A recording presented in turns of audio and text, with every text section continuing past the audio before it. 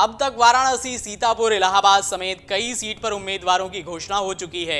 अभी तक कांग्रेस का गढ़ मानी जाने वाली अमेठी और रायबरेली सीट पर उम्मीदवारों की घोषणा नहीं हो पाई है। इन दोनों ही सीट पर उम्मीदवार कौन होगा, इसको लेकर सबकी निगाहें टिकी हुई हैं। वहीं कांग्रेस के सूत्रों की माने तो 27 अप्रैल को कांग्रेस नेता राहुल गांधी अमेठी से नामांकन कर सकते हैं।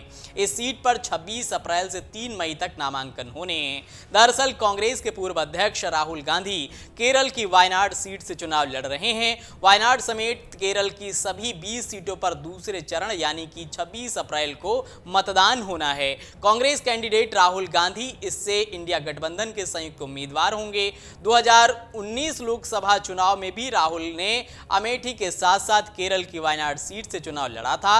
हालांकि राहुल गांधी अमेठी से चुनाव हार गए थे, जबकि वायनाड सीट से चुनाव जीतकर संसद पहुंचे थे। माना जा रहा है कि कांग्रेस नेता राहुल गांधी इस बार भी केरल की वायनाड सीट के साथ ही उत्तर प्रदेश की अमेठी सीट से भी चुनाव लड़ सकते हैं। वायनाड सीट पर वोटिंग के बाद अमेठी पर निर्णय लिया जाएगा, ऐसा माना जा रहा है। अमेठी सीट से उम्मीदवारों को लेकर हो रही देरी के पीछे वायनाड सीट पर 26 अप्रैल को होने जा रही वोटिंग को भी माना जा रहा है। कांग्रेस का गढ़ होने के कारण अमेठी और रायबरेली सीट पर गांधी परिवार को ही निर्णय लेना है। सूत्रों की माने तो अमेठी से राहुल गांधी ही चुनाव लड़ने जा रहे हैं। पार्टी नेताओं की भी यही मांग है। हालांकि वायनाड चुनाव में व्यस्त होने के कारण राहुल गांधी की सहमति नहीं मिल पा रही है।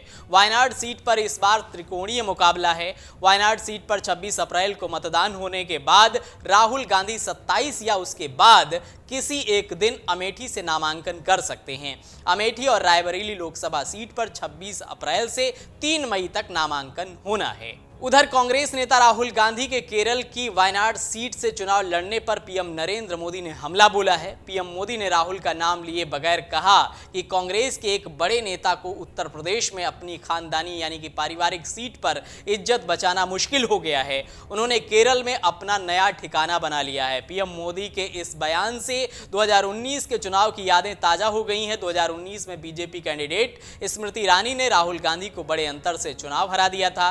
तब दावा किया गया था कि राहुल अमेठी से हार के डर से वायनाड से चुनाव लड़ने चले गए थे।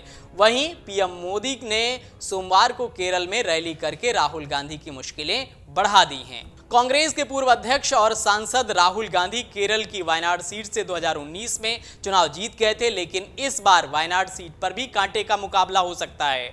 वायनाड में राहुल गांधी के खिलाफ बीजेपी ने मजबूत दांव चला है। बीजेपी ने प्रदेश अध्यक्ष सुरेंद्रन को मैदान में उतारा है। इसके अलावा भाकपा ने महासचिव डी राजा पत्नी एनी राजा को उम्मीदवार बनाया है। ऐसे में वायनाड सीट पर मुकाबला दिलचस्प हो गया है। त्रिकोणीय मुकाबला होने की संभावना है। वहीं अमेठी सीट से बीजेपी ने एक बार फिर स्मृति ईरानी को टिकट दे दिया है। केंद्रीय मंत्री स्मृति ईरानी अमेठी में लगातार चुनाव प्रचार में जुटी हुई हैं। ऐसे में राहुल गांधी अमेठी से चुनाव लड़ते हैं तो मुकाबला दिलचस्प हो जाएगा। यूपी में 7 चरणों में लोकसभा चुनाव संपन्न होने हैं। अमेठी रायबरेली सीट समेत 14 लोकसभा सीट पर 5वें चरण में मतदान होना है। 5वें चरण में जिन 14 लोकसभा सीटों पर चुनाव है उसमें लखनऊ, मोहनलालगंज, रायबरेली, अमेठी, जालौन, झांसी, हमीरपुर, बांदा, फतेहपुर, कौशाम्बी, बाराबंकी, फैजाबाद, कैसरगंज और गोंडा लोकसभा सीट शामिल है। 5वें चरण के लिए 26 अप्रैल से नामांकन शुरू हो जाएगा। अगले महीने की 3 मई तक नामांकन होगा। इसके बाद 4 मई को नामांकन पत्रों की जांच होगी और 6 मई को नाम वापस लिए जा सकेंगे। इस चरण के लिए 20 मई को वोट डाले जाएंगे। अगर आप ये वीडियो YouTube पर देख रहे हैं तो हमारे चैनल को सब्सक्राइब करें और बेल आइकन को दबाना ना भूलें। अगर आप Facebook पर ये वीडियो देख रहे हैं तो हमारे पेज को लाइक करें।